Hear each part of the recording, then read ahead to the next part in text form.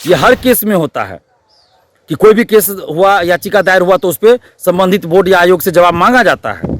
तो इसलिए आप लोग को सतर्क रहने की ज़रूरत है। जो भी पिटिशनर हैं, TRE 1 के हों या TRE 2 के, आप लोगों को सतर्क रहना पड़ेगा। BPSC ने गलती किया।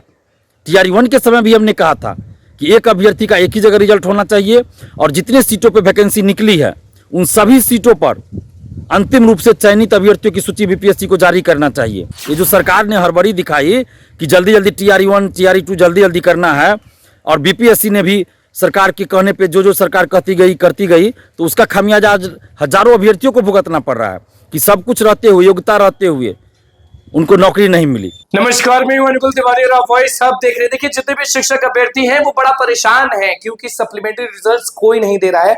और हाईकोर्ट का क्या फैसला है ये छात्र नेता दल बता रहे हैं, और हाईकोर्ट में क्या चल रहा है वो भी छात्र नेता दल बता रहे हैं और समझा रहे हैं कि कहां पे क्या मामला फंसा हुआ है। TRE 1 की बात करें, TRE 2 की बात करें, TRE 3 की बात करें, सब मामला समझा रहे हैं छात्र नेता दल। और अब सबसे बड़ा बात है कि सप्लीमेंट्री रिजल्ट्स को लेकर जो भी शिक्षक अभ्यर्थी जो प्रदर्शन कर रहे थे उनको सप्लीमेंट्री रिजल्ट्स कब दिए जाएंगे, क्योंकि TRE 2 के सप्लीमेंट्री रिजल्ट्स को लेकर जो मामला है, जो विवाद है, वो बढ़ता ही जा रहा है क्योंकि सारे शिक्षक अभ्यर्थी परेशान हैं। नोटा बटन दबाने की बात करें, क्या कुछ कहते छात्र नेता दल, आप वो सुन लीजिए। नमस्कार दोस्तों, मैं दिलीप कुमार। दोस्तों, BPSC TRE 1 के सप्लीमेंट्री रिजल्ट को लेकर पटना हाईकोर्ट में जो केस चल रहा था, उस सिलसिले में पटना हाईकोर्ट ने कल BPSC से जवाब मांगा है। TRE 2 में सप्लीमेंट्री रिजल्ट को लेकर भी केस चल रहा है। यानी TRE 1 में जो सप्लीमेंट्री रिजल्ट कुछ दिया गया था, लेकिन सभी सीटों पे सप्लीमेंट्री रिजल्ट नहीं दिया गया था। जो खाली रह गई थी, जितने भी सीटें खाली थी उन सभी पे सप्लीमेंट्री रिजल्ट आना था, लेकिन कुछ सीटों पे दे दिया गया और बाकी सीटें खाली रख दी गई TRE 1 में। TRE 2 में शिक्षा विभाग के तहत कोई भी सप्लीमेंट्री रिजल्ट नहीं दिया गया। यानी TRE 1 और TRE 2 में हजारों पद खाली हैं और सप्लीमेंट्री रिजल्ट की मांग अभ्यर्थी कर रहे हैं, TRE 1 में भी और TRE 2 में भी, और दोनों का केस चल रहा है। TRE 1 को लेकर कल पटना हाईकोर्ट में जो सुनवाई हुई उसमें BPSC से जवाब मांगा गया है। तो इस सिलसिले में हम आप लोग को ये बताना चाहते हैं कि कोई भी जब याचिका दायर होती है पटना हाईकोर्ट में या किसी भी हाईकोर्ट में, ऐसे मुद्दों पे केस होता है, तो जो संबंधित आयोग होता है, बोर्ड होता है या सरकार होती है, उससे पटना हाईकोर्ट हो या कोई भी राज्य का हाईकोर्ट हो या सुप्रीम कोर्ट हो, तो जवाब मांगती है। 2 सप्ताह में, 4 सप्ताह में, 6 सप्ताह में वो जवाब मांगा जाता है कि इस पे आप अपना जवाब प्रस्तुत कीजिए। अब BPSC से TRE 1 के सप्लीमेंट्री रिजल्ट को लेकर पटना हाईकोर्ट ने जवाब मांगा है। अब BPSC क्या जवाब देती है तो उसको आप लोग को देखना होगा। जो भी इसमें पिटिशनर हैं, जो पिटिशनर के एडवोकेट हैं, तो जो पिटिशनर हैं आप लोग, उनको कम से कम इस चीज़ को ध्यान रखना होगा कि BPSC क्या जवाब देती है। उसके एक एक वर्ड का आपको अध्ययन करना पड़ेगा और फिर उसका जवाब आपके एडवोकेट को पटना हाईकोर्ट में रखना पड़ेगा, तब जाकर आप केस जीतिएगा। तो ये जो पटना हाईकोर्ट ने कल जवाब मांगा, ये सामान्य प्रक्रिया है। ये हर केस में होता है कि कोई भी केस हुआ, याचिका दायर हुआ तो उस पर संबंधित बोर्ड या आयोग से जवाब मांगा जाता है। तो इसलिए आप लोग को सतर्क रहने की ज़रूरत है। जो भी पिटिशनर हैं, TRE 1 के हों या TRE 2 के, आप लोगों को सतर्क रहना पड़ेगा कि BPSC से जो जवाब पटना हाईकोर्ट मांगी है या TRE 2 में मांगा ही जाएगा। TRE 2 में भी जब केस चलेगा तो TRE 2 में भी यही होगा कि 4 सप्ताह या 3 सप्ताह या 6 सप्ताह के अंदर BPSC को जवाब देना होगा। तो BPSC क्या जवाब देती है उसका आप लोग को एक एक वर्ड का अध्ययन करना होगा, फिर उसमें खामी निकालना पड़ेगा और उसका जवाब आप लोगों के जो वकील होंगे उनको देना होगा। उसके बाद फिर पटना हाईकोर्ट का डिसीजन आता है। तो ये सामान्य प्रक्रिया ऐसे ही चलती है। और TRE 1 TRE 2 में तो सभी सीटों पर रिक्तियां जो आई थी, जितने सीटों पे उतने पे बहाली पूरी होनी चाहिए। कोई भी वैकेंसी में ऐसा होता है, चाहे दरोगा, सिपाही हो, BPSC सिविल सेवा या कोई भी हो, जितने सीटों के लिए रिक्तियां भेजी जाती है संबंधित बोर्ड को, आयोग को, उतने सीटों पे बहाली पूरा करके अंतिम रूप से चयनित अभ्यर्थियों की सूची भेजी जाती है। लेकिन BPSC ने गलती किया। TRE 1 के समय भी हमने कहा था कि एक अभ्यर्थी का एक ही जगह रिजल्ट होना चाहिए और जितने सीटों पे वैकेंसी निकली है उन सभी सीटों पर अंतिम रूप से चयनित अभ्यर्थियों की सूची BPSC को जारी करना चाहिए। अगर अभ्यर्थियों के पास योग्यता है, विज्ञापन की शर्तों के अनुसार अगर अभ्यर्थी योग्यता रखते हैं, तो जितने सीटों पे वैकेंसी आई है उन सभी सीटों पे रिजल्ट जारी होना चाहिए। लेकिन BPSC ने क्या किया, काउंसलिंग के लिए सीट से कम लोगों को बुलाया और उसमें भी बहुत के पास डॉक्यूमेंट्स नहीं था तो और सीटें खाली रह गई। तो प्रक्रिया ही गलत थी।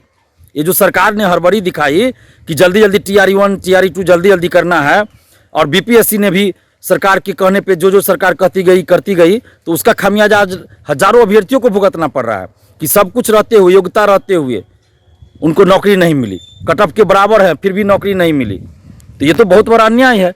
TRE 1 और TRE 2 में, दोनों में मैं कह रहा हूँ कि जितने पदों पे वैकेंसी निकली थी उतने पदों पे बहाली पूरी होनी चाहिए। अगर अभ्यर्थी योग्यता रखते हैं तो अभी भी जितनी सीटें खाली हैं उन सभी पे सप्लीमेंट्री रिजल्ट TRE 1 का भी और TRE 2 का भी सरकार को जारी करना चाहिए।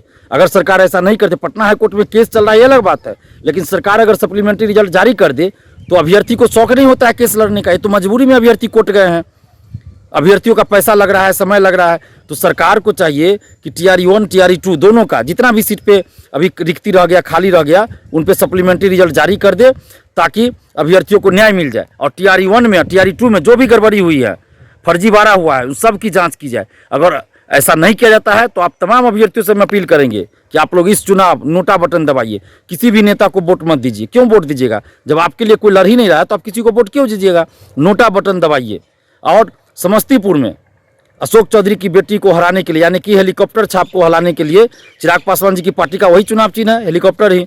तो अशोक चौधरी की बेटी संभवी चौधरी को हराने के लिए आप जिसको वोट दे दीजिए, लेकिन संभवी चौधरी को वहां हराइए। क्योंकि अशोक चौधरी ने क्या कहा, TRE 3 का पेपर लीक नहीं हुआ, जबकि जांच एजेंसी ने, आर्थिक अपराध इकाई ने कह दिया था कि पेपर लीक हुआ है। उसके बाद अशोक चौधरी कैसे बोलते हैं मंत्री हैं फिर भी बोल रहे हैं कि कोई पेपर लीक नहीं हुआ। तो यह लाखों अभ्यर्थियों के साथ अन्याय हुआ है। तो इसलिए अशोक चौधरी की बेटी को समस्तीपुर से हराइए और बाकी बिहार के जितने भी लोकसभा क्षेत्र है 39 जो बचते हैं उस पर नोटा बटन दबाइए और स्टूडेंट पावर, यूथ पावर दिखाइए। शिक्षकगणों से भी अपील करते हैं कि आप लोग के साथ भी देखिए कितना अन्याय हो रहा है, कोई भी पार्टी सरकार में रहे अन्याय होता रहा है। इसलिए आप लोग भी नोटा बटन दबाइए। अभिभावक गणों से भी अपील कर रहे हैं कि नोटा बटन दबाइए।